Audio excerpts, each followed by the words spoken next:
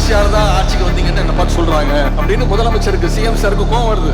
இப்பவும் சொல்றேன், அரசியல் ரீதியா சொல்றேன், ரெண்டு பேருக்கு நடுவுல தான் போட்டியே. ஒண்ணு திமுக, இன்னொன்னு தாவேகா. ஆட்சிக்கு வந்து சில வாரங்கள் கூட ஆகல. 6 மாசம் அமைதியா இருப்போம்னு சொன்னவங்க எல்லாம் 6 நாள் கூட அமைதியா இருக்க முடியல.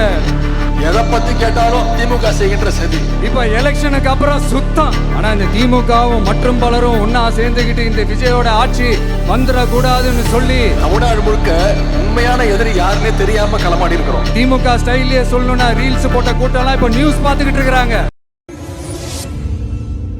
திருச்சி கிழக்கு என் செல்ல புள்ள மாதிரி எப்போதுமே நான் உங்க வீட்டு பிள்ளையாகத்தான் இருப்பேன். உங்க வீட்டு செல்ல பிள்ளையாகத்தான் நிச்சயம் இருப்பேன்.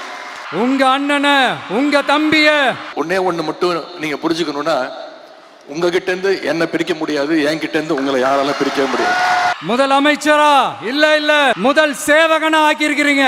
எல்லாத்துக்கும் காரணம் திமுக தான். இந்த கவர்ச்சியில மயங்கி மக்கள் நமக்கு ஓட்டு போட்டுட்டாங்களா? நான் என்ன, சரி விடுங்க. உங்களுடைய அன்பும் உங்களுடைய ஆதரவும் இல்லாம நான் ஒண்ணுமே கிடையாது. உங்களோட அந்த உண்மையான உடன்பிறப்புக்கெல்லாம் என்ன சொல்றாங்க தெரியுமா சார்? திமுக இப்படி ஆனதுக்கு காரணம், அந்த காரணத்தை வெளியில எல்லாம் போய் தேடாதீங்க, உங்க குடும்பத்துக்குள்ளேயே கேளுங்கங்கறாங்க. நம்ம வீட்டுல இருக்கக்கூடிய நம்ம குடும்பத்துக்கிட்ட ஓட்டு கேட்க மறந்துட்டோம். நமக்கும் மக்களுக்கும் இடையே இருக்கிற இந்த பூர்வ ஜென்ம பந்தத்தை, அந்த உறவை ஏதோ இந்த சதிகள் சூழ்ச்சிகள் பண்ணி யாராலையும் எதுவும் கெடுக்கவே முடியாது. கிட்டத்தட்ட ஒரு 106 தொகுதிகள்ல யாரு சட்டமன்ற உறுப்பினர்னு தெரியாது. ஆனா இப்ப ஆட்சிக்கு வந்த இந்த சாமானிய மக்கள் ஆட்சிய சிங்கப்பெண் திட்டம் அப்படி ஒரு திட்டத்தை கொண்டு வர போறோம் சொல்லி அதையும் கொண்டு வர முடியாத நிலைமையில தான் இன்னைக்கு இந்த ஆட்சி நடந்துட்டு இருக்கு. பெண்கள் பாதுகாப்பான அந்த சிங்கப்பெண் காவல் படை நெக்ஸ்ட் வீக் அதை இனாகரேட் பண்ண போறோம். அங்க இருக்கக்கூடிய மக்கள் சொல்றாங்க, இது உங்க தொகுதி கிடையாதுங்க, நாங்க உங்களுக்கு ஓட்டை போடலைங்க, நீங்க பக்கத்து தொகுதி அப்படின்னு. தமிழ்நாட்டில் இருக்கிற 234 தொகுதியும் நம்ம தொகுதி தான். அதுல எந்த கட்சி ஜெயிச்சிருந்தாலும் அது நம்ம தொகுதி தான். சோஃபா மாடல் அரசு ஏதாவது ஒரு திட்டத்தை நிறைவேற்றி இருக்கிறாங்களா?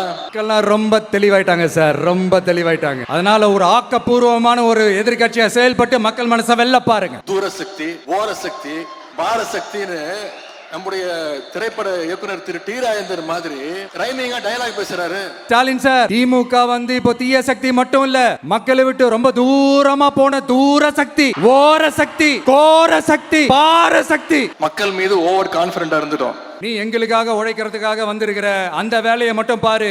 உன்னை பத்தி பேசுறவங்கள நாங்க பாத்துக்கிறோம். அவங்க எப்படி ஆட்சி அமைஞ்சாங்க, 4ஆம் தேதிக்கு அப்புறம் என்னென்ன கூத்து நடந்ததுங்கிறதுலாம் நீங்க அத்தனை பேரும் தொலைக்காட்சியில பார்த்திருப்பீங்க. ஆனா இந்த திமுகவும் மற்றும் பலரும் ஒன்னா சேர்ந்துகிட்டு இந்த விஜயோட ஆட்சி வந்துட கூடாதுன்னு சொல்லி ஒரு கூத்து ஒண்ணு பண்ணாங்களே, அந்த கடைசி 5 நாள் அடாடாடாடாடா, நமக்கெல்லாம் ஓஹோ இப்படியெல்லாம் கூட நடக்குமோ. திமுகவுக்கு வயசு 75, பவள விழா ஆண்டு தாண்டி போயிட்டு இருக்கிறோம். திமுக நீங்க தற்குறின்னு சொன்னீங்களே, அவங்க தான் உங்களோட அரசியல் வாழ்க்கையே ஒரு கேள்விக்குறி ஆக்கி இருக்கிறாங்க. இதெல்லாம் முன்னாடியே தெரிஞ்சிருந்தா கரெக்டா சுதாரணமா இருந்திருக்கலாம். இதெல்லாம் தேர்தல் ரிசல்ட்டுக்கு அப்புறம் தான் நமக்கே தெரியுது. 6 மாசம் அமைதியா இருப்போம்னு சொன்னவங்க எல்லாம் 6 நாள் கூட அமைதியா இருக்க முடியல.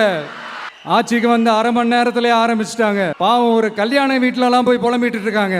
6 மாசம் சும்மா இருப்பேன்னு சொன்னீங்கல்ல, இப்பெல்லாம் பேசலாமா அப்படின்னு புலம்புறாரு. மக்களை இவ்வளவு பெரிய மக்கள் சக்தி நம்மளோடு இருக்கும் போது நமக்கு எதுக்கு வேற அரசியல்? ஆட்சி அமைப்பதற்கு குதிரை பேரம் நடத்தலன்னு முதலமைச்சர் அவருக்கு தானே சர்டிபிகேட் கொடுத்துக்கிறாரு.